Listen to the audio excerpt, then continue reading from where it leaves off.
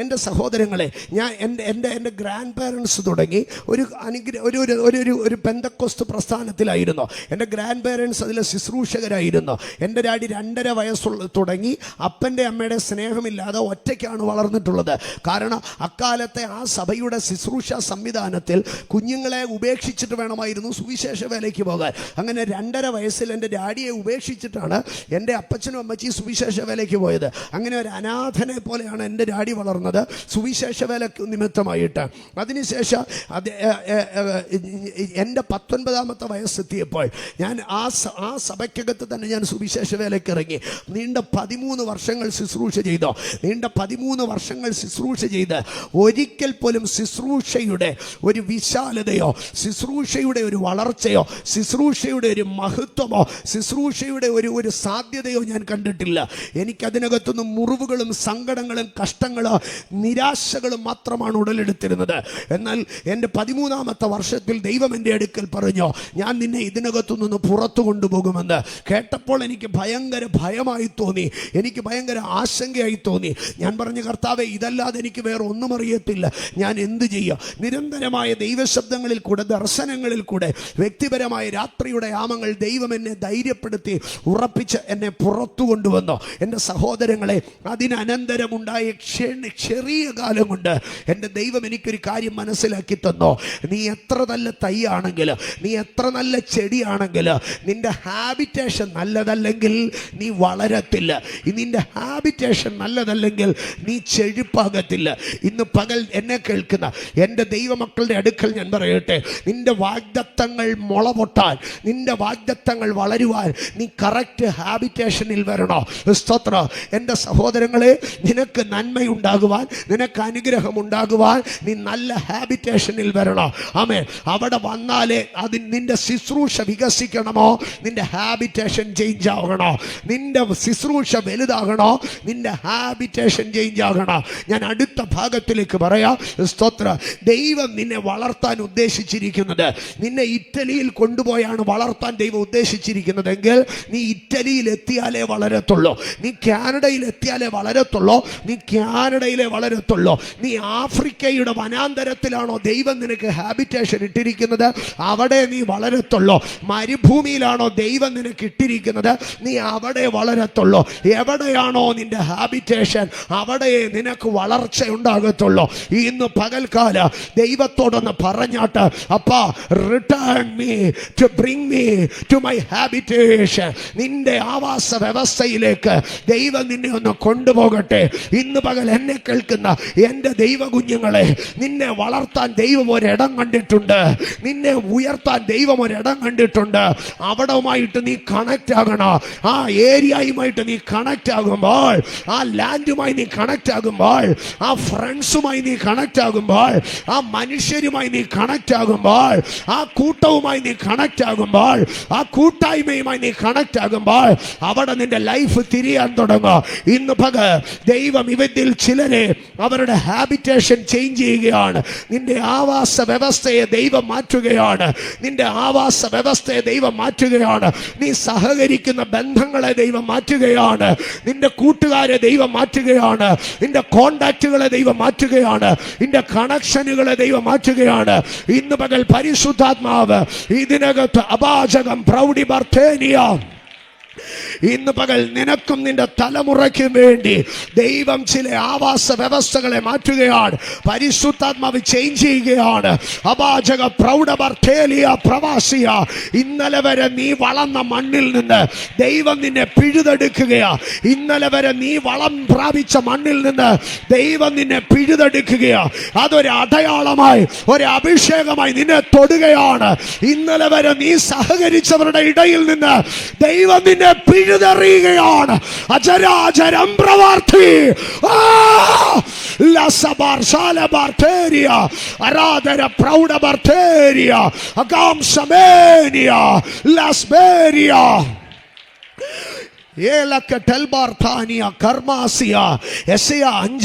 എന്റെ പ്രിയന് ഫലവത്തായ ഒരു മുന്തിരിത്തോട്ടം ഉണ്ടായിരുന്നു കുന്നിൻ മുകളിൽ. അവൻ ദൂരദേശത്തു നിന്ന് വിശേഷമായ ഒരു മുന്തിരിവള്ളിയെ കൊണ്ടുവന്ന് ഈ കുന്നിൻ മുകളിൽ നട്ടോ. ഇന്ന് പകൽ ഫലവത്തായ കുന്നിന്റെ മുകളിൽ നീ എന്ന മുന്തിരിവള്ളിയെ ദൈവം പറിച്ചു കൊണ്ടുപോയി നട. ഇന്ന് നീ ആയിരിക്കുന്ന ഈജിപ്തിൽ നിന്ന് ദൈവം നിന്നെ പറിച്ചെടുക്കുക. നിന്റെ ബന്ധങ്ങളെ ദൈവം മുറിക്കുക. ഇന്ന് പകൽ ഞാൻ ആണയിട്ട് ദൂത് പറയുന്നു, നിന്റെ ബന്ധങ്ങൾ മാറും.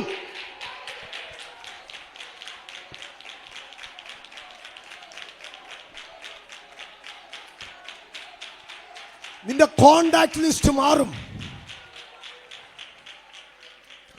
ദൈവത്തിന്റെ പൈതലേ, ഞാൻ ഇതാരോടാ പറയുന്നതെന്ന് എനിക്ക് നന്നായിട്ടറിയാം. ഇപ്പോൾ നീ ഫ്രീക്വന്റ്ലി കോണ്ടാക്ട് ചെയ്തുകൊണ്ടിരിക്കുന്ന ചിലർ ആ ഫ്രീക്വന്റ്ലി കോണ്ടാക്ട് ലിസ്റ്റിൽ നിന്ന് മാറും. ഇപ്പോൾ നീ അപ്ഡേറ്റ് ചെയ്തുകൊണ്ടിരിക്കുന്ന ചില പേരുകൾ നിന്റെ കോണ്ടാക്ട് ലിസ്റ്റിൽ നിന്ന് ഒത്തിരി ഡൗൺ ആയി പോകും. പകരം ദൈവം പുതിയ ചില കോണ്ടാക്റ്റുകളുമായി നിന്നെ കണക്ട് ചെയ്യും. പുതിയ ഒരു ആവാസ വ്യവസ്ഥയിലേക്ക്. ഇത് പരിശുദ്ധാത്മാവ് ഒരു തണുപ്പ് പോലെ, പരിശുദ്ധാത്മാവ് ഒരു തണുപ്പ് പോലെ ചിലർക്കൊരു കൺഫർമേഷൻ നൽകുന്നു. ഒരു തണുപ്പ് പോലെ പരിശുദ്ധാത്മാവ് ചിലരെ തൊടുന്നു. ഇതിന്റെ നെറ്റി തടത്തിൽ കൂടെ ഇറങ്ങുന്ന ഒരു തണുപ്പ്. ഹോളി സ്പിരിറ്റ് നിന്റെ പ്രപഞ്ചാരിയ പ്രവധാനിയ പ്രവക്കത്തുലിയ പക്കത്തിക്കത്താന അച്ചക്കട്ട കജകൻ ചകജൻ ചകജൻ ചകജൻ ചകജം പ്രിംബചാലം പ്രീവചേലം പ്രംബചാരി പ്രംബജഗച്ചം പഞ്ചലഗച്ചി കടകച്ചാരി അർത്തിമിനിക്ക തൂലപരക്ഷി പ്രമനച്ചാരി അട്ടലകട്ടി കടകച്ചാരി. വേര് പൊട്ടാതെ വേര് പൊട്ടാതെ ദൈവം പിഴുതെടുക്കുന്നു. ഞാൻ വ്യക്തമായ ഒരു ദർശനം എൻ്റെ കണ്ണിന്റെ മുമ്പിൽ കാണുന്നു. വേര് പൊട്ടാതെ ദൈവം പിഴുതെടുക്കുന്നു. വേര് പൊട്ടാതെ ദൈവം പിഴുതെടുക്കുന്നു. വേര് പൊട്ടാതെ ദൈവം പിഴുതെടുക്കുന്നു. വേര് പൊട്ടാതെ, ആ വാക്ക് ഞാൻ ആവർത്തിക്കുന്നു, വേര് പൊട്ടാതെ ദൈവം പിഴുവുന്നു.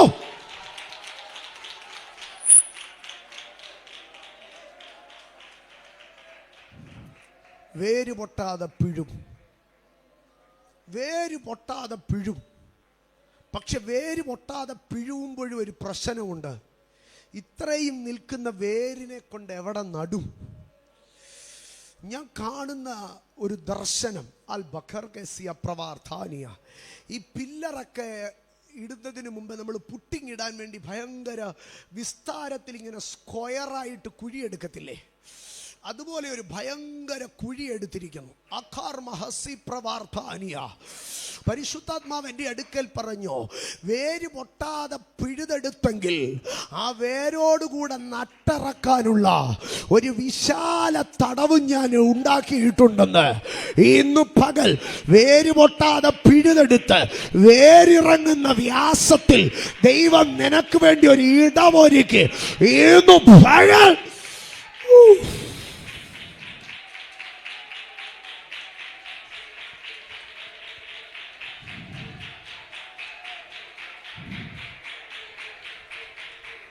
there is a habitation for you.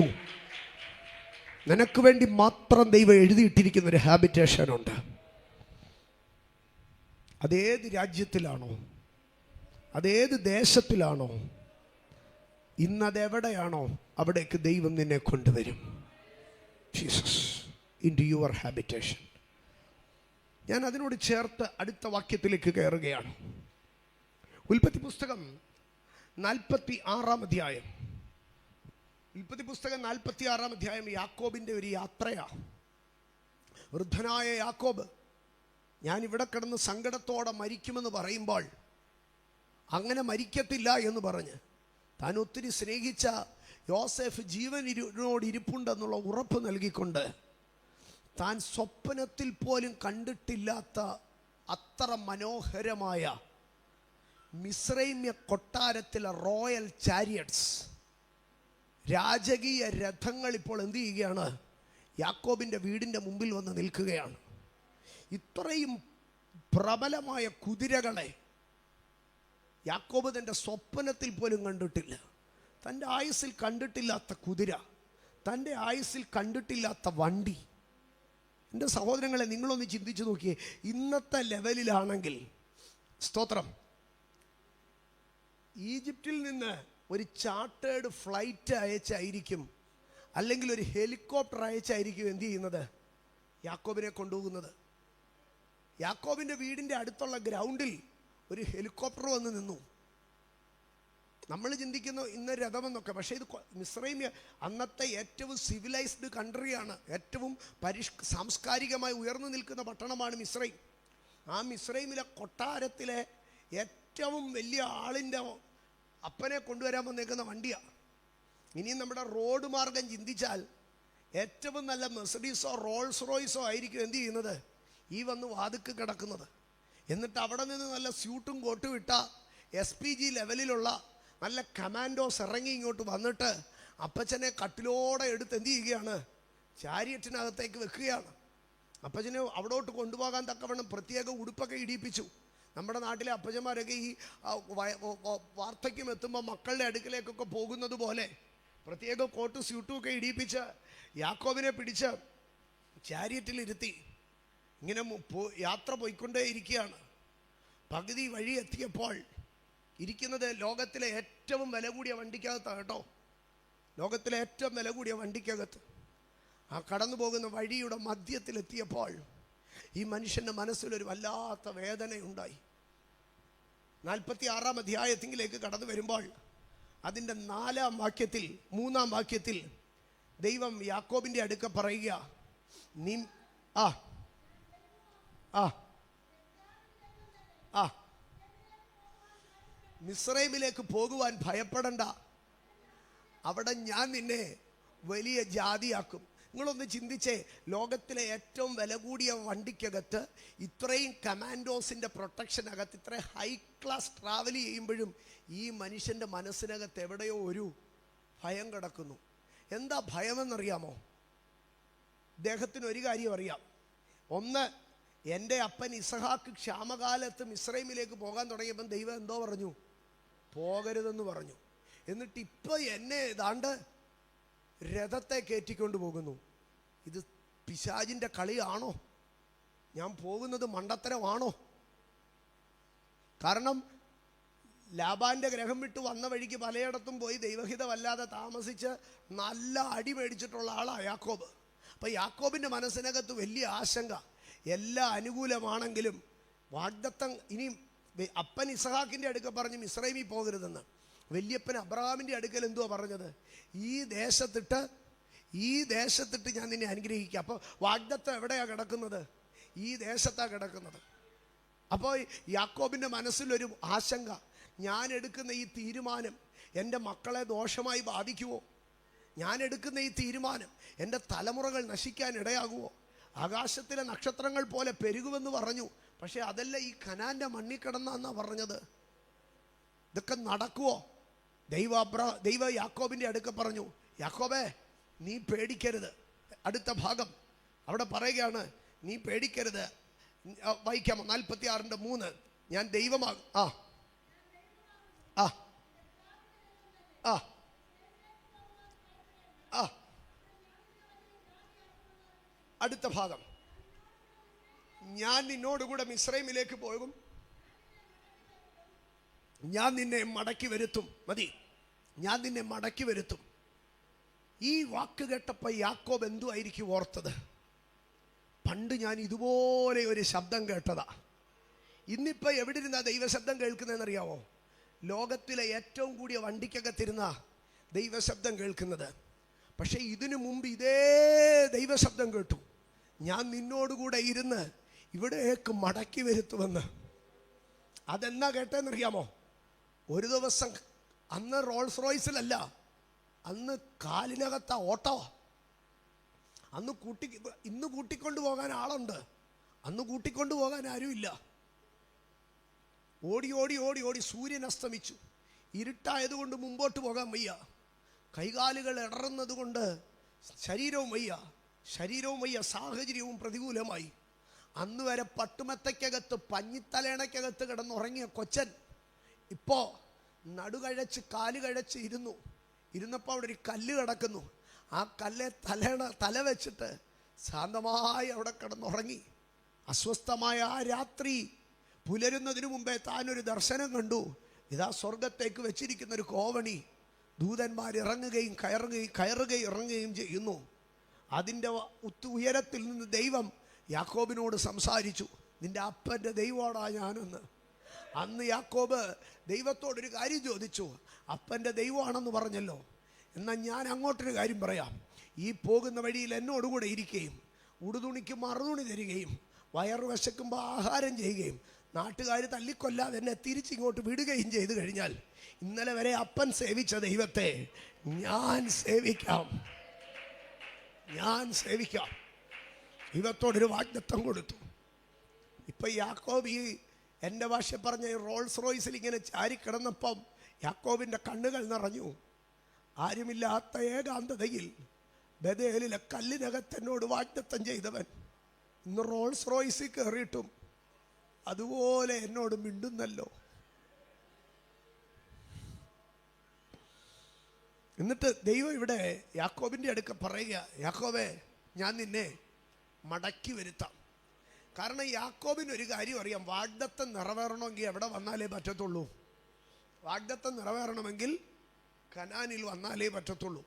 കാരണം ദൈവം പറഞ്ഞേക്കുന്നത് നിന്നെ കനാൻ നിനക്ക് അവകാശമായി തരും, നിനക്കും നിന്റെ മക്കൾക്കും എന്തോ തരും, കനാൻ തരും.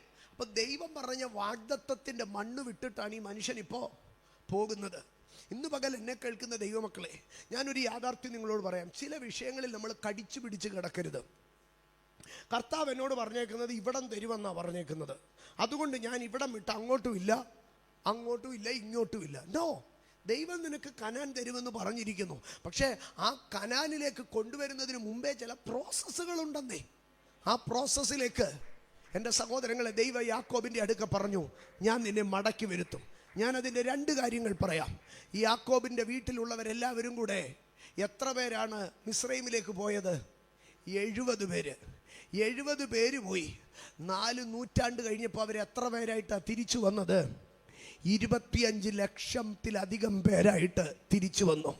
ഇനി അതിനേക്കാൾ വലിയ കാര്യം അത് പറയാം. അതിപ്പോൾ ഏത് മനുഷ്യനായിരുന്നാലും പന്നിയായാലും പെറ്റുവരുകും. അതിനെക്കാട്ടിലും വലിയൊരു കാര്യം ഞാൻ പറയാം. ഈ യാക്കോബ് ഈ ദേശം വിട്ടുപോകുമ്പോൾ ഈ ദേശം എന്തോ പോലെ ഇട്ടിട്ടാണ് പോയേക്കുന്നതെന്നറിയാമോ? സ്തോത്ര. ഒരു ഒരു ഒരു ഒരു ഒരു ഒരു ഒരു ഒരു പയറുമണി പോലും കിളിർക്കാത്ത വരൾച്ച വന്ന് ഇടപാട് തീർന്ന ഒരു ഭൂമിയായിട്ടാണ് യാക്കോബ് ഈ ഭൂമി കളഞ്ഞിട്ട് പോകുന്നത്. അവിടെ നെല്ല് ഇല്ല, അവിടെ കോതമ്പില്ല, യവമില്ല, അവിടെ ഒരു കുന്തോ ഇല്ലാത്തത് കൊണ്ടാണ് ഈ മനുഷ്യൻ എന്ത് ചെയ്യുന്നത്? ഈ മണ്ണ് വിട്ടിട്ട് പോകുന്നത്. എന്നാൽ 4ാം തലമുറക്കാർ അവിടേക്ക് മടങ്ങി വരുമ്പോൾ 4 നൂറ്റാണ്ടുകൾക്ക് ശേഷം ഈ യാക്കോബ് ഊഷര ഭൂമിയായിട്ടിട്ട മണ്ണിലേക്ക് യാക്കോബിൻ്റെ കൊച്ചുമക്കൾ വന്നിട്ട് പറയുകയാണ്, ഞങ്ങൾ പോയ ദേശമേ പാലും തേനും ഒഴുകുന്ന ദേശമാണെന്ന്. പാലും തേനും ഒഴുകുന്ന ദേശം. ഞങ്ങളുടെ വല്യപ്പൻ ഈ ദേശം വിട്ടു പോകുമ്പോൾ ഇവിടെ നിന്നൊരു ഉണക്കമുന്തിരിങ്ങ പോലും ഇല്ലായിരുന്നോ. പക്ഷെ ഇപ്പം ഞങ്ങൾ വന്നപ്പോൾ ഒരു മുന്തിരിക്കൊല 2 പേര് പിടിച്ചാലേ എന്ത് ചെയ്യാൻ കഴിയത്തുള്ളൂ? എടുത്തോണ്ട് വരാൻ കഴിയത്തുള്ളൂ. ഇന്ന് പകൽ ദൈവത്തിൻ്റെ പൈതലെ, ദൈവം നിന്റെ വാഗ്ദത്തത്തിൻ്റെ മണ്ണിലേക്ക് മടക്കി വരുത്തോ. അവൻ നിന്നോട് പറഞ്ഞ വാഗ്ദത്തത്തിലേക്ക്, അവൻ നിന്നോട് പറഞ്ഞ പോയിന്റിലേക്ക് അവൻ നിന്നെ മടക്കി വരുത്തുവാൻ ശക്തനാണ്.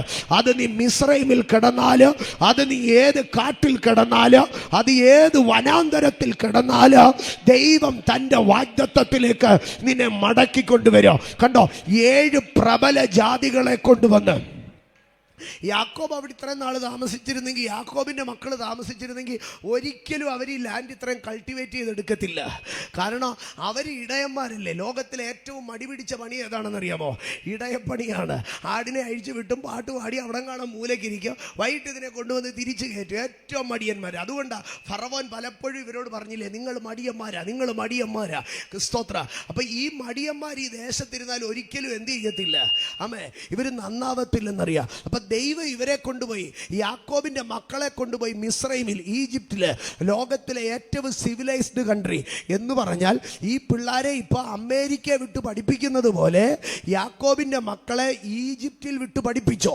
ഈജിപ്തിൽ വിട്ട് പഠിപ്പിച്ചിട്ട് അവർ തിരിച്ചു വരുമ്പോഴത്തേക്ക് ദൈവം 7 ജാതികളെ 31 രാജാക്കന്മാരെ വെച്ചിട്ട് ഈ ലാൻഡ് മുഴുവൻ കൾട്ടിവേറ്റ് ചെയ്തിടിപ്പിച്ചോ. എന്തൊരു പദ്ധതിയാ ദൈവത്തിൻ്റെതെന്ന് ചിന്തിച്ചു നോക്കിയേ. നിന്റെ വാഗ്ദത്തങ്ങളിലേക്ക് ദൈവം നിന്നെ മടക്കിക്കൊണ്ടുവരിക. ഈ ഉപവാസ പ്രാർത്ഥനകൾ കഴിയുമ്പോൾ, ഈ ഉപവാസ പ്രാർത്ഥനകളുമായി ബന്ധപ്പെട്ട് ഇനി ഒരിക്കലും നിറവേറത്തില്ലെന്ന്, നിന്റെ സ്വപ്നങ്ങളിൽ നിന്ന് പോലും മാഞ്ഞുപോയ, നിന്റെ ഓർമ്മകളിൽ നിന്ന് പോലും മാഞ്ഞുപോയ ചില വാഗ്ദത്തങ്ങളിലേക്ക്, ചില ദർശനങ്ങളിലേക്ക് ദൈവം നിന്നെ തിരികെ കൈപിടിച്ച് ദൈവം നിന്നെ റിട്ടേൺ ചെയ്യിപ്പിക്കുന്നത് കാണുവാൻ കഴിയുക. ഇന്ന് പകൽ എന്നെ കേൾക്കുന്ന ദൈവമക്കളെ, എവിടെയോ ഇനി നടക്കത്തില്ലെന്ന് പറഞ്ഞ് കൈവിട്ട് കളഞ്ഞ ചില വാഗ്ദത്തങ്ങളെ നീ തിരികെ പിടിക്കാനോ, തിരികെ പിടിച്ച് കയറി വരാനോ ഈ ഉപവാസ പ്രാർത്ഥനകൾ നിനക്ക് പ്രയോജനമായി തീരുമെന്ന് ഇന്ന് പകൽ പരിശുദ്ധാത്മാവ് പറയുന്നു. തെക്കേ നാട്ടിലെ തോട് മടങ്ങി വന്നതുപോലെ ദൈവം മടക്കി വരുത്തും. ഞാൻ ഒരു പ്രധാന ഭാഗം കൂടെ പറയട്ടെ, ഒന്ന് രണ്ട് പ്രധാന ഭാഗങ്ങൾ കൂടെ പറയട്ടെ, അല്ലെങ്കിൽ ഈ ദൂത് പൂർണ്ണമാകത്തില്ല. സമയമേറെക്കുറെ അവസാനിക്കുന്നുവെന്നറിയാം. എങ്കിൽ തന്നെ ഒന്ന് രണ്ട് അല്ലെങ്കിൽ ഈ ദൂത് എവിടെയും എത്താതെ പോകുക. സ്തോത്ര. എൻ്റെ സഹോദരങ്ങളെ, അടുത്ത ഭാഗത്തിലേക്ക് വരുമ്പോൾ ഉൽപ്പത്തി പുസ്തകം 20-ാം അധ്യായത്തിലേക്ക് കടന്നു വരിക. സ്തോത്രം. ദൈവം വാഗ്ദത്തങ്ങളിലേക്ക് മടക്കി വരുത്തുക. അടുത്ത പ്രധാന ഭാഗം ഉൽപ്പത്തി പുസ്തകം 20-ാം അധ്യായത്തിലേക്ക് കടന്നു വരുമ്പോൾ 20-ാം അധ്യായത്തിൽ സ്തോത്ര, അബ്രഹാം ഗരാരിൽ പരദേശിയായി പാർക്കുകയാണ്. ഗരാരിൽ പരദേശിയായി പാർക്കുന്ന ആ കാലത്ത് സ്തോത്രം, അബ്രഹാമിൻ്റെ കൂടെ ഒത്തിരി പേരൊന്നുമില്ല. അബ്രഹാമും സാറായും അങ്ങനെ വളരെ ചുരുക്കം പേര് മാത്രം. അബ്രഹാമിൻ്റെ അപ്പനും അമ്മയൊന്നും അബ്രഹാമിനോടുകൂടെ ഇല്ല. സ്തോത്ര. ആൾക്കാർ നോക്കുമ്പോൾ ഒരു ചെറുക്കനും പെങ്കൊച്ചും കൂടെ വന്നിരിക്കുന്നു. ആമേൻ. ആ നല്ല കാണാൻ കൊള്ളാവുന്ന ഒരു നല്ല പെങ്കൊച്ചും ഒരു ചെറുക്കനോ. നാട്ടുകാർ പറഞ്ഞു, ദാണ്ട് അവിടെ 2 പേര് വന്ന് താമസം തുടങ്ങിയിട്ടുണ്ട്. ആ പെങ്കൊച്ചിനെക്കാട്ടിലും ഒരു 7-8 വയസ്സെങ്കിലും മൂപ്പ് കാണും ആ ചെറുക്കന്. സ്തോത്ര. അപ്പൊ അബ്രഹാമിനൊരു ഭയങ്കര ഭയം. സാറ, നമ്മളെ ആരെങ്കിലും കണ്ടാല് സ്തോത്രം, നമ്മൾ ഭാര്യയും ഭർത്താവാണെന്ന് അറിഞ്ഞാല് എന്നെ അവന്മാര് തട്ടും, എന്നെ തട്ടിയിട്ട് നിന്നെ കൊണ്ടുപോകാം. ആമേൻ. അബ്രഹാം ഇങ്ങനെ സാറായോട് പറഞ്ഞു, സാറ, നിന്നെ എടുത്തോണ്ട് പോയി കഴിഞ്ഞാൽ, നിന്നെ പിടിച്ചോണ്ട് നിന്നെ ആരെങ്കിലും കൊണ്ടുപോകാം, എന്നെ കൊന്നും കളയാ. അങ്ങനെ മരണഭയം കൊണ്ട്, തന്നെ ആരെങ്കിലും കൊല്ലുമോ എന്നുള്ള അരക്ഷിതത്വ ബോധം കൊണ്ട് അബ്രഹാം ഒരു ദിവസം രാത്രി സാറായുടെ അടുക്കൽ പറഞ്ഞു, സാറ, നമ്മുടെ അടുക്കൽ നമ്മൾ ആരാണെന്ന് ചോദിക്കുവാന്നേ, ആങ്ങളെയും പെങ്ങളും വന്ന് പറഞ്ഞാൽ മതി, ഞാൻ നിന്റെ ഭർത്താവാണെന്ന് പറഞ്ഞാൽ നമ്മളെ ആരേലും കൊല്ലും, എന്നെ ആരേലും കൊല്ലുമെന്ന്. സാറ പറഞ്ഞില്ല, ആര് ചോദിച്ചാലും ഞാൻ അങ്ങനെ പറയത്തുള്ളൂ. അങ്ങനെ നാട്ടിലൊക്കെ പാട്ടായി. നല്ലൊരു ചെറുക്കനും പെങ്കൊച്ചും അവിടെ വന്ന് താമസമുണ്ടെന്ന്. അപ്പോൾ പെങ്ങളാണെന്നാ പറഞ്ഞേക്കുന്നത്. ഇതാ ഗരാരിലെ രാജാവ് അറിഞ്ഞു. എന്താ അറിഞ്ഞെന്നറിയാമോ? ഒരു നല്ല പെങ്കൊച്ചോ, ഒരു നല്ല പെങ്കൊച്ചും ആങ്കൊച്ചും വന്ന് താമസിക്കുന്നുണ്ട്. അബ്രഹാമേ, ഗരാരിലെ രാജാവ് ആളയച്ച് അബ്രഹാമിൻ്റെ അടുക്ക പറഞ്ഞു, നിന്റെ പെങ്ങളെ ഞാനങ്ങ് കൊണ്ടുപോക്കോളാം, അവളെ കല്യാണം കഴിച്ചോളാം, നിനക്കെന്തുവാന്ന് വെച്ചാൽ തന്നേക്കാമെന്ന് പറഞ്ഞു. അബ്രഹാമിൻ്റെ നെഞ്ചാം കൂടി ഇടിഞ്ഞു പോയി കാണും കേട്ടോ. കാരണം അപ്പം മരിച്ചു, അമ്മ മരിച്ചു, സഹോദരൻ മരിച്ചു, എല്ലാവരും മരിച്ച് ആരുമില്ലാത്ത ഈ കൊച്ചൻ, ആകെ ഇവൻ ആരാ കൂട്ടുള്ളതെന്നറിയാമോ? ഈ പെങ്കൊച്ച.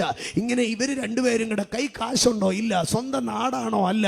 അപ്പനില്ല, അമ്മയില്ല, വീട്ടുകാരില്ല, കൂട്ടുകാരില്ല, ആരുമില്ലാത്ത ജീവിതം. ഇങ്ങനെ ഈ അബ്രഹാം സാറായും കൂടെ ഈ യവനക്കാരത്തെയും കൂടെ ഇങ്ങനെ തുഴഞ്ഞു പോവുകയാ. അങ്ങനെ ഇരിക്കുക. ഒരു ദിവസം തിരിച്ചു പറയാനൊരു വാക്കുമില്ലാതെ സാറായെ പിടിച്ചോണ്ട് പോയി. എൻ്റെ സഹോദരങ്ങളെ, അന്ന് അബ്രഹാം ആ മുറിയുടെ മൂലക്കിരുന്ന് ചങ്കുപൊട്ടി കരഞ്ഞു കാണുക. ആ രാത്രിയിൽ അബ്രഹാം നോക്കുമ്പോൾ എന്നും വിരിച്ചിട്ട പായ്ക്കകത്ത് അബ്രഹാമും സാറായുടെ തലയണ മാത്രം കിടപ്പുണ്ട്. സാറ എവിടെ ഇല്ല. സാറയുടെ പുതപ്പ് അവിടെ വെച്ചിട്ടുണ്ട്. സാറയുടെ മണം ആ മുറിയിലെല്ലാം ഉണ്ട്. സാറ ഇട്ടിരിക്കുന്ന ഉടുപ്പൊക്കെ അവിടെ ഇട്ടിരിക്കുന്നു. സാറ പോയി. അബ്രഹാം എങ്ങനെയാ രാത്രി കഴിച്ചു കാണുക? അബ്രഹാം അവിടെ ഏങ്ങി കരഞ്ഞു, ദൈവമേ, എനിക്ക് അപ്പനില്ല, ദൈവമേ, എനിക്ക് അമ്മയില്ല, ആകെ ഉള്ളത് സാറയായിരുന്നു, അവളെ കൊണ്ടുപോയല്ലോ. എൻ്റെ സഹോദരങ്ങളെ, പക്ഷേ അബ്രഹാമിൻ്റെ കണ്ണുനീര് കണ്ടിട്ട് ആ രാജാവിൻ്റെ കൊട്ടാരത്തിൽ ദൈവം കയറി ചെന്നിട്ട് ഒരൊറ്റ വാക്ക് പറഞ്ഞു, നീ പിടിച്ചോണ്ട് വന്നിരിക്കുന്ന പെങ്കൊച്ചിനെ തൊട്ടുപോകരുത്, അവളെ സമയത്തിന് മുമ്പേ മടക്കി വിട്ടേക്കണം. കാരണം അവളുടെ ഭർത്താവ് ആരാണെന്നറിയാമോ? ഒരു പ്രവാചകനാണ്. സ്തോത്ര.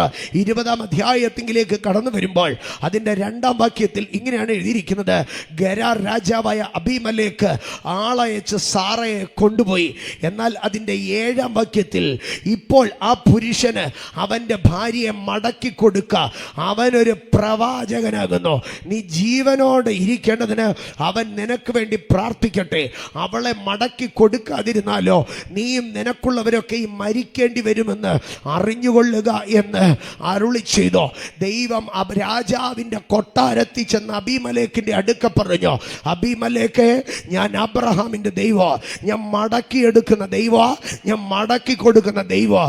അബ്രഹാമിൻ്റെ കണ്ണുനീര് ഞാൻ കണ്ടു, അവൻ്റെ കരച്ചിൽ ഞാൻ കേട്ടോ. സാറായെ ഞാൻ മടക്കി കൊടുക്കുക തന്നെ ചെയ്യും. അബ്രഹാമിൻ്റെ കയ്യിൽ നിന്ന് സാറായെ നീ പിടിച്ചുകൊണ്ട് പോകത്തില്ല, ഞാൻ മടക്കി കൊടുക്കുക. നിനക്ക് കൊടുക്കാൻ മനസ്സുണ്ട് കൊടുക്ക, അല്ലെ നിന്റെ ആൾക്കാരെ കൊന്നിട്ടായാലും ഞാൻ സാറായെ തിരിച്ച് അബ്രഹാമിന് കൊടുക്കുമെന്ന്. എൻ്റെ സഹോദരങ്ങളെ, ആർക്ക് ഇതുപോലെ നമുക്ക് വേണ്ടി സംസാരിക്കാൻ കഴിയോ? നമ്മുടെ അപ്പൻ ഇങ്ങനെ വർത്താനം പറയാൻ കഴിയോ? ആർക്ക് നമുക്ക് വേണ്ടി ഇങ്ങനെ വർത്താനം പറയാൻ കഴിയോ? കൊട്ടാരത്തിൽ കയറി ചെന്ന് ഗരാരിലെ രാജാവിൻ്റെ അടുക്ക പറയാ: അബ്രഹാമിൻ്റെ ഭാര്യ അവനൊരു പ്രവാചകനാ, എന്നോട് മിണ്ടുന്നവനാ, എൻ്റെ വിളി കേട്ട് വന്നവനാ, മര്യാദയ്ക്ക് അവൻ്റെ പെങ്കൊച്ചിനെ മടക്കി വിട്ടേക്കണം, ഇല്ലെങ്കിൽ നിന്നെ തട്ടും, നിന്റെ ആൾക്കാരെ ഞാൻ തട്ടോ. ഭീഷണിയുടെ സ്വരത്തിന് മുമ്പാകെ ഗരാരിലെ അബീമലേക്ക് എന്ന രാജാവ് ചാടി എഴുന്നേറ്റിട്ട് പറഞ്ഞു: അവളെ വേഗത്തിൽ കൊണ്ടുവിടാൻ പറഞ്ഞു. ഇന്ന് പകൽക്കാലം എന്നെ കേൾക്കുന്ന ദൈവ പൈതലെ, നീ അനുഭവിക്കേണ്ട നന്മ, അതൊരു വ്യക്തിയാകട്ടെ, അതൊരു സംഗതിയാകട്ടെ, അതിനെ പിടിച്ച് തങ്ങളുടെ കൈവശം വെച്ച് ഗുണ്ടായുസം കാണിക്കാമെന്ന് ചിന്തിച്ചാൽ ഇന്ന് പകൽ നീ തിരിച്ചറിയണം, അതിനെ മടക്കിക്കൊണ്ട് വരുവാൻ ദൈവത്തിന് കഴിയാം. നിന്റെ അവകാശത്തെ, നിന്റെ നന്മയെ അവന് പിടിച്ചു വെക്കാൻ കഴിയത്തില്ല. എൻ്റെ സഹോദരങ്ങളെ, ഇതൊരു വ്യക്തിയെ മാത്രമല്ല. എസ്രായുടെ പുസ്തകത്തിലേക്ക് കടന്നു വരുമ്പോൾ എസ്രായുടെ പുസ്തകം 6-ാം അധ്യായം 5-ാം വാക്യം ഒരു നീണ്ട ചരിത്രമാണ് ആ ഒറ്റ വാക്യത്തിൽ പറയുന്നത്. എസ്രായുടെ പുസ്തകം 6-ാം അധ്യായം 5-ാം വാക്യം അതിങ്ങനെയാണ് എഴുതിയിരിക്കുന്നത്: അതുകൂടാതെ നെബൂഖദ്നേസർ യെരൂശലേമിലെ ദൈവാലയത്തിൽ നിന്ന് എടുത്ത് ബാബേലിലേക്ക് കൊണ്ടുവന്ന് ദൈവാലയം വക പൊന്നും വെള്ളിയും കൊണ്ടുള്ള ഉപകരണങ്ങൾ മടക്കി കൊടുക്കുകയും, സ്തോത്ര, അവ യെരൂശലേമിലെ മന്ദിരത്തിൽ അതതിൻ്റെ സ്ഥലത്ത് വരുവാൻ തക്കവണ്ണം ദൈവാലയത്തിൽ വെക്കുകയും വേണം. ഇതൊരു 70 വർഷത്തെ ചരിത്രമാണ്. സിദക്കിയാവിൻ്റെ കാലത്ത് ബാബിലോൺ രാജാവായ നെബൂഖദ്നേസർ യെരൂശലേമിനെ കീഴ്പ്പെടുത്തുമ്പോൾ യെരൂശലേമിലെ ദൈവാലയത്തിലെ എല്ലാ ഉപകരണങ്ങളും മോഷ്ടിച്ചു കൊണ്ടുപോയി സിനാർ ദേശത്തിൽ അവൻ്റെ ദേവന്റെ ക്ഷേത്രത്തിനകത്ത് എന്തു ചെയ്തുവെന്നറിയാമോ? ഇതിൻ്റെ നിലവറയ്ക്കകത്ത്, ക്ഷേത്ര നിലവറയ്ക്കകത്ത് ഈ ആലയത്തിലെ ഉപകരണങ്ങളെ പൂട്ടിവെച്ചോ. അവൻ്റെ കൊച്ചുമകനായിരിക്കുന്ന ബേൽശസ്സർ ഒരു ദിവസം ലക്ക് കെട്ടിയിരിക്കുമ്പോൾ ആ ക്ഷേത്രത്തിന്റെ നിലവറ തുറന്നിട്ട് ഈ ദൈവാലയത്തിലെ പൊൻപാത്രങ്ങളെടുത്ത് അവനതിൽ വീഞ്ഞു കുടിക്കുവാൻ പരിശ്രമിച്ചോ. എന്നാൽ അന്ന് ദൈവത്തിൻ്റെ കൈവിരലുകൾ അവൻ്റെ കുമ്മായം ചുരണ്ടി അവിടെ എഴുതി വെച്ച അന്ന് രാത്രി അവൻ്റെ സിംഹാസനം തൊഴിച്ച് താഴെയിട്ടോ. സ്തോത്ര. ഞാൻ വേഗത്തിൽ അതിനെ മുമ്പോട്ട് കൊണ്ടുപോകാം. ഏറെക്കാലങ്ങൾക്ക് ശേഷം സെരുബാബേലിനെ ഹഗായിയെ സെക്കറിയാവിനെയോ എസ്രായെയും ഒരുമിപ്പിച്ച് എഴുന്നേൽപ്പിക്കുന്ന കാലത്ത്, സ്തോത്ര, കോരേശ് രാജാവ് പേർഷ്യൻ രാജാവായ സൈറസ് ഒരു ഉത്തരവ് പുറപ്പെടുവിച്ചോ. 70 വർഷങ്ങൾക്ക് മുമ്പ് ബാബിലോൺ രാജാവായ നെബൂഖദ്നേസർ ദൈവാലയത്തിൽ നിന്ന് യെരൂശലേമിൽ നിന്ന് എടുത്തുകൊണ്ടുവന്ന് അവൻ്റെ ദേവനായ സിനാർ ദേവന്റെ ക്ഷേത്രത്തിൽ ഇരിക്കുന്ന ആ നിലവറ തുറന്നിട്ട് യെരൂശലേമിലെ പൊന്നുപകരണങ്ങൾ, ആലയത്തിലെ പൊന്നും വെള്ളിയോ മടക്കി കൊടുക്കട്ടെ. ഇന്ന് പകൽ ദൈവത്തിൻ്റെ പൈതലെ, ദൈവത്തിൻ്റെ ആലയത്തിൽ ഉപയോഗിക്കപ്പെടേണ്ട പൊൻപാത്രങ്ങളെ, ദൈവത്തിൻ്റെ വേലയിൽ ഉപയോഗിക്കപ്പെടേണ്ട പൊൻപാത്രങ്ങളെ, ദൈവത്തിൻ്റെ ശുശ്രൂഷയിൽ ഉപയോഗിക്കപ്പെടേണ്ട പൊൻപാത്രങ്ങളെ, ദൈവനാമ മഹത്വത്തിന് വേണ്ടി ജീവിക്കേണ്ട പൊൻപാത്രങ്ങളെ തൻ്റെ അന്യാരാധനയ്ക്കകത്തുകൊണ്ട് കെട്ടിയൊതുക്കി അതിന്മേലെ അടയിരിക്കാമെന്ന് ഏതെങ്കിലും ദേശാന്തകാര ശക്തി ചിന്തിച്ചിട്ടുണ്ടെങ്കിൽ അവൻ്റെ നിലവറ തുറന്ന് അതിനകത്തുനിന്ന് ദൈവത്തിൻ്റെ ഉപകരണങ്ങളെ മടക്കിയെടുക്കാൻ കഴിയുന്ന ഒരു സർവശക്തി സർവശക്തനാണ് നിന്റെ ദൈവമെന്ന് തിരിച്ചറിഞ്ഞാട്ട് ഇന്ന് പകൽ ഈ ദൈവാലയത്തിനകത്ത്, ഈ സഭയ്ക്കകത്ത് ഞാൻ ആ ദൂതിനെ അപാചക പ്രൗഢമർത്ഥേനിയ എടുത്തടിക്കുമ്പോൾ അകാരമർത്ഥേനിയ അകാചര പ്രൗഢമർത്ഥാനിയ ഈ ദേശത്തിനകത്ത് അന്യാരാധനയുടെ ശക്തി കൊണ്ട് അടയിരുന്ന് അവകാശപ്പെടുത്തി വെച്ചിരിക്കുന്ന ദൈവത്തിന്റെ ആലയത്തിൽ ഉപയോഗിക്കപ്പെടേണ്ട, ദേശത്തിൽ ദൈവനാമ മഹത്വത്തിന് വേണ്ടി ഉപയോഗിക്കപ്പെടേണ്ട പൊൻപാത്രങ്ങളെ, വെള്ളിപ്പാത്രങ്ങളെ ദൈവ ചില വിഗ്രഹ ശക്തികൾക്ക് അടിവാരത്ത് നിന്ന്, ക്ഷേത്രങ്ങളുടെ നിലവറയ്ക്കകത്ത് നിന്ന് ദൈവം പൊക്കിയെടുത്തുകൊണ്ട് യഹോവയുടെ ആലയത്തിൽ അതതിന്റെ സ്ഥലത്ത് കൊണ്ടുവെക്കുക. ഇന്നു പകൽ എത്ര പേർ വിശ്വസിക്കുന്നു യഹോവയുടെ ആലയത്തിൽ അതതിന്റെ സ്ഥലത്ത്, യഹോവയുടെ ആലയത്തിൽ അതതിന്റെ സ്ഥലത്ത് വരുവാൻ തക്കവണ്ണം ദൈവാലയത്തിൽ കൊണ്ടുവച്ചോ? ഇന്ന് പകൽ ദൈവത്തിന്റെ പൈതലെ, ഇതിനകത്ത് ഈ ആലയത്തിനകത്തൊന്നല്ല, ഈ ആലയത്തിന്റെ അടുത്ത സ്റ്റേജ് വരുമ്പോൾ, അടുത്ത സ്റ്റെപ്പ് വരുമ്പോൾ അതിനകത്ത് വരെ എത്രത്തോളം സ്തോത്ര സ്പേസ് ഉണ്ടോ, ഇതിനകത്തിരിക്കുന്ന ഓരോ ചെയറിനകത്തും ആരിക്കണമെന്ന് ദൈവം എഴുതിയിട്ടിട്ടുണ്ട്. ഇതിനകത്ത് ഓരോ സ്ക്വയർ ഫൂട്ടിലോ ആരിക്കണമെന്ന് ദൈവം എഴുതിയിട്ടിട്ടുണ്ട്. ഇതിൻ്റെ അടുത്ത വിശാലതയിൽ ജനം എവിടെയൊക്കെ ഇരിക്കണമെന്ന് ദൈവം എഴുതിയിട്ടിട്ടുണ്ട്. ഇവിടെ ഇരിക്കേണ്ടിയവനെ, ഇവിടെ ഇരിക്കേണ്ടിയവനെ, ഇവിടെ ഇരിക്കേണ്ടിയവനെ ഏതൊക്കെ അന്യാരാധനാ ശക്തികൾ തൻ്റെ നിലവറയ്ക്കകത്ത് കെട്ടിയിട്ടാൽ അവിടെ നിന്ന് മടക്കിയെടുത്ത് ഇതിനകത്ത് കൊണ്ടിരുത്താൻ എൻ്റെ ദൈവത്തിന് കഴിയും. ഇന്ന് പകൽ ഞാൻ അതിനോട് ചേർത്ത് പറയട്ടെ, നീ അനുഭവിക്കേണ്ട നന്മയെ, നിന്റെ പിതാക്കന്മാർ കഷ്ടപ്പെട്ട നന്മയെ, ശലോമോൻ രാജാവ് പടുത്തുയർത്തിയ പൊന്നാവ് ഉപകരണങ്ങളെ അവകാശം പറഞ്ഞ് പിടിച്ചെടുത്ത് തൻ്റെ കയ്യൂക്കുകൊണ്ട്, ആഭിചാരം കൊണ്ട്, മന്ത്രവാദം കൊണ്ട്, ക്ഷുദ്രാരാധന കൊണ്ട് നിന്റെ നന്മകളെ പിടിച്ചു വെച്ചിട്ടുണ്ടെങ്കിൽ ഇന്നു പകൽ നീ പ്രാർത്ഥിച്ചു കയറുമ്പോൾ സ്വർഗം അതിനെ തിരിച്ചടിപ്പിക്കുമെന്ന് എത്ര പേർ ആത്മാവിൽ വിശ്വസിക്കുന്നു? സ്തോത്രം. എൻ്റെ സഹോദരങ്ങളെ, ദൈവം മടക്കിയെടുക്കുമെന്ന് പറഞ്ഞാൽ മടക്കിയെടുക്കും, മടക്കിയെടുക്കുമെന്ന് പറഞ്ഞാൽ മടക്കിയെടുക്കും. നിന്റെ ഏതൊരു നന്മയും ദൈവം മടക്കിയെടുക്കും.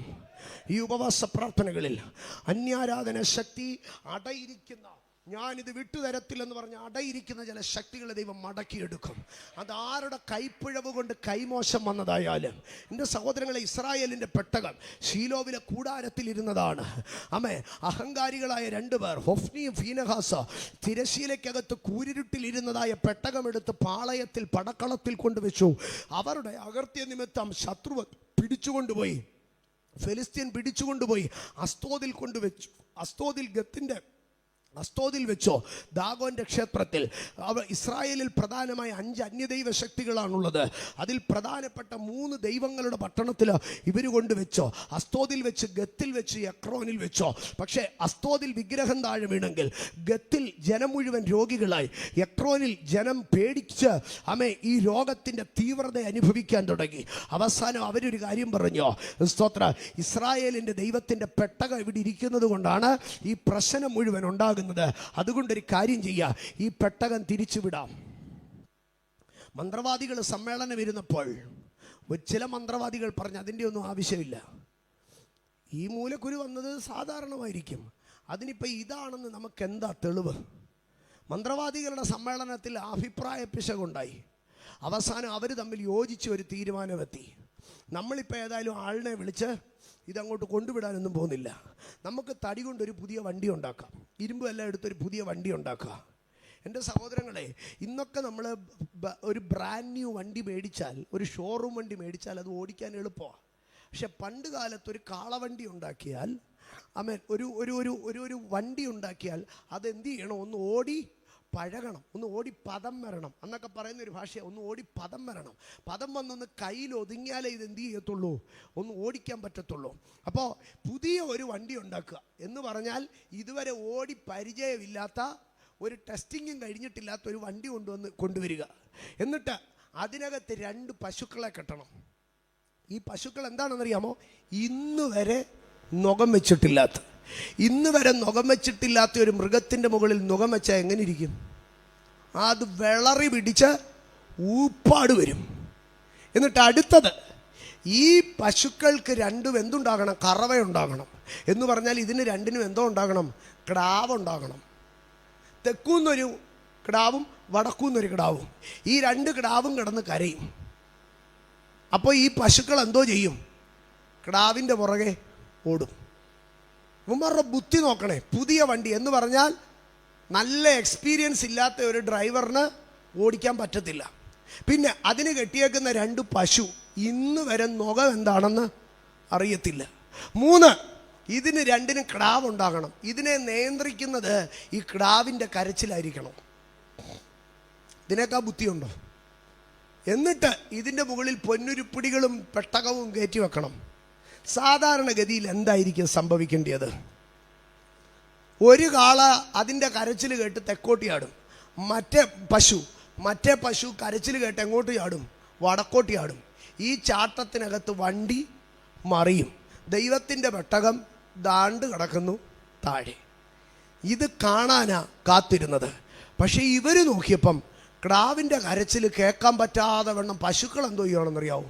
പശുക്കൾ ഉറക്കെ അങ്ങോട്ട് കരയാൻ തുടങ്ങി. ഇവർ പറഞ്ഞു, എടാ പശു നീ മിണ്ടാതിരി, എടി പശു നീ മിണ്ടാതിരുന്നാലേ നിൻ്റെ കിടാവിൻ്റെ കരച്ചിൽ കേൾക്കത്തുള്ളൂ. പശു പറഞ്ഞു, എനിക്കതൊന്നുമല്ല, എനിക്ക് കരഞ്ഞേ പറ്റത്തുള്ളൂ, എനിക്ക് വേറെ ഒരു ശബ്ദവും കേൾക്കണ്ട. ഈ കറവയുള്ള പശുക്കൾ കരഞ്ഞുകൊണ്ട് ബേത്ശേമെശിലേക്ക് ഓടുവാൻ തുടങ്ങി. എന്താ കാര്യമെന്നറിയാമോ? മടക്കി കൊടുക്കേണ്ടത് മടക്കി കൊടുക്കും.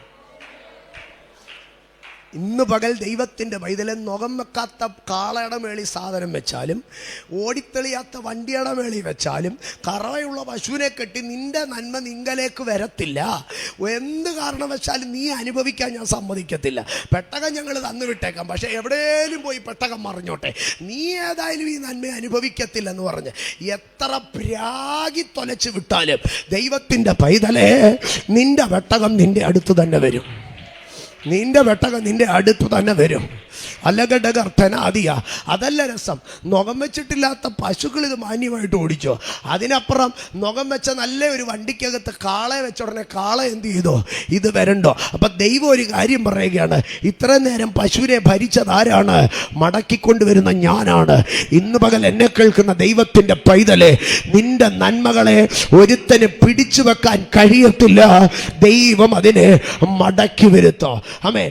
വിലാപങ്ങളുടെ പുസ്തകം 5-ാം അധ്യായം 21-ാം വാക്യത്തിൽ ഒരു പ്രാർത്ഥനാ ഭാഗമുണ്ട്. അതിങ്ങനെയാണ് പറയുന്നത്, എന്നെ നിങ്കലേക്ക് മടക്കി വരുത്തണമേ. ഈ ഉപവാസ പ്രാർത്ഥനയ്ക്കകത്ത് നിങ്ങളുടെ കുടുംബങ്ങളിൽ ആരെങ്കിലും പ്രിയപ്പെട്ടവർ ദൈവകൃപയിൽ നിന്ന് അന്യപ്പെട്ടു പോയവരുണ്ടെങ്കിൽ, ദൈവ സാന്നിധ്യത്തിൽ നിന്ന് അകന്നു പോയവരുണ്ടെങ്കിൽ, അന്ന് ആത്മാർത്ഥമായി പ്രാർത്ഥിച്ചാട്ട് കർത്താവ് അവരെ മടക്കി വരുത്തോ. യെരമ്യാ 31:18 അവിടെ പറയുകയാണ്, മെരുക്കമില്ലാത്തൊരു മൃഗം പോലെ ഞാൻ നടന്നു, പക്ഷേ എന്നെ നിങ്കലേക്കൊന്ന് മടക്കി വരുത്തണമേ. ഇന്ന് പകൽ ദൈവത്തിൻ്റെ പൈതലെ, ഈ ഉപവാസ പ്രാർത്ഥനകൾ കഴിയുമ്പോൾ നമ്മൾ ഭയങ്കരമായി ദൈവത്തിങ്കിലേക്കൊന്ന് അറ്റാച്ച് ആകണം. ദൈവവുമായിട്ടൊരു അടുത്ത ബന്ധത്തിലേക്ക്. നമ്മുടെ ഇടയിലൊക്കെ പറയുന്ന ഒരു വാക്കാണ്, പണ്ടൊക്കെ ഞാൻ എന്ത് പ്രാർത്ഥിക്കുമായിരുന്നെന്നറിയാവോ? പണ്ടൊക്കെ ഞാൻ രാത്രികളിലെല്ലാം ഇരുന്ന് പ്രാർത്ഥിക്കുമായിരുന്നു. കർത്താവെ, പണ്ടത്തെ പോലൊന്നും പ്രാർത്ഥിക്കാൻ കഴിയുന്നില്ല. അങ്ങനെ പറയുവാനൊരിട നമുക്കുണ്ടാകരുത്. പണ്ടത്തെക്കാട്ടിലും എനിക്കിപ്പോൾ പ്രാർത്ഥിക്കാൻ കഴിയുന്നുണ്ട്. പണ്ടത്തെക്കാട്ടിലും ദൈവശബ്ദം കേൾക്കാൻ കഴിയുന്നുണ്ട്. പണ്ടത്തെക്കാട്ടിലും ദൈവകൃപ അനുഭവിക്കാൻ കഴിയുന്നുണ്ട്. ഇതുവരെ അറിഞ്ഞിട്ടില്ലാത്ത ഒരു ആത്മതലത്തിലേക്ക്, ദൈവത്തിങ്കലേക്ക് അടുത്ത് വരുവാനൊരു സംഗതി ഉണ്ടാകണം. എൻ്റെ സഹോദരങ്ങളെ, 126-ാം സങ്കീർത്തന ആരംഭിക്കുമ്പോൾ ഇങ്ങനെയാണ് പറയുന്നത്, കർത്താവ് യെരൂശലേമിൻ്റെ പ്രവാസികളെ മടക്കി വരുത്തിയപ്പോൾ ഞങ്ങൾ എങ്ങനെയായിരുന്നു? ഞങ്ങൾ സ്വപ്നം കാണുന്നവർ പോലെയായിരുന്നു. ഇന്ന് പകൽക്കാലം ദൈവം സിയോൻ്റെ പ്രവാസികളെ മടക്കി വരുത്തുമ്പോൾ, ദൈവം നമ്മുടെ ജീവിതത്തിലൊരു മടങ്ങി വരവ് വരുത്തുമ്പോൾ എവണ്ണമായിരിക്കും? സ്വപ്ന തുല്യമായിരിക്കുന്നൊരു മടങ്ങി വരവ്. ഇന്ന് പകൽ എത്ര പേർ വിശ്വസിക്കുന്നു സ്വപ്ന തുല്യമായി ദൈവം എനിക്ക് വേണ്ടി ചിലത് ചെയ്യും? സ്വപ്ന തുല്യമായി ഒരു മടങ്ങി വരവ്, സ്വപ്ന തുല്യമായി ഒരു മടങ്ങി വരവ് എൻ്റെ ദൈവം എനിക്ക് വേണ്ടി ചെയ്യും. എൻ്റെ സഹോദരങ്ങളെ, സ്വപ്ന തുല്യമായ ഒരു മടങ്ങി വരവ്. എന്നിട്ട് അതിൻ്റെ അടുത്ത വാക്യത്തിൽ ഇങ്ങനെയാണ് എഴുതിയിരിക്കുന്നത്, ദൈവം മടക്കി വരുത്തുന്നതിൻ്റെ അടയാളം എന്താ? 2-ാം വാക്യം, അന്ന് ഞങ്ങളുടെ വായിൽ ചിരിയും നാവിന്മേൽ ആർപ്പും നിറഞ്ഞിരുന്നു. അടുത്ത ഭാഗം, യഹോവ അവരിൽ വൻ കാര്യങ്ങളെ ചെയ്തിരിക്കുന്നുവെന്ന് ജാതികളുടെ ഇടയിൽ പറഞ്ഞു. ദൈവം നമ്മളിൽ ഒരു മടക്കി വരുത്തൽ ചെയ്യുമ്പോൾ നാട്ടുകാരെന്തോ പറയും? ഒരു വൻ കാര്യം അവരുടെ ഇടയിൽ സംഭവിച്ചു. ഇന്ന് പകൽ ദൈവത്തിൻ്റെ പൈതലെ, ദൈവത്തിങ്കിലേക്കൊരു മടങ്ങി വരവ് നമുക്ക് സംഭവിക്കണം. വാഗ്ദത്തങ്ങളിലേക്കൊരു മടങ്ങി വരവ് സംഭവിക്കണം. പിശാച് എന്തൊക്കെ നമ്മളിൽ നിന്ന് പിടിച്ചു കൊണ്ടുപോയോ, എവിടെയൊക്കെ നമ്മളുടെ ബലഹീനതകൾ കൊണ്ട് നമുക്ക് നഷ്ടമായോ, അത് ഒരു മടങ്ങി വരവിൻ്റെ കാലം, ഒരു മടക്കി വരുത്തലിൻ്റെ കാലം അത് ഈ ദിവസങ്ങളിൽ സംഭവിക്കണം. അന്ന് നമ്മുടെ നാവിൽ ചിരിയും, വായിൽ ചിരിയും, നമ്മുടെ നാവിന്മേൽ ആർപ്പം നിറയും. നാട്ടുകാരെന്തോ പറയും? ദൈവം അവന് വേണ്ടി വലിയ കാര്യം ചെയ്തു, ദൈവം അവൾക്ക് വേണ്ടി വലിയ കാര്യം ചെയ്തു.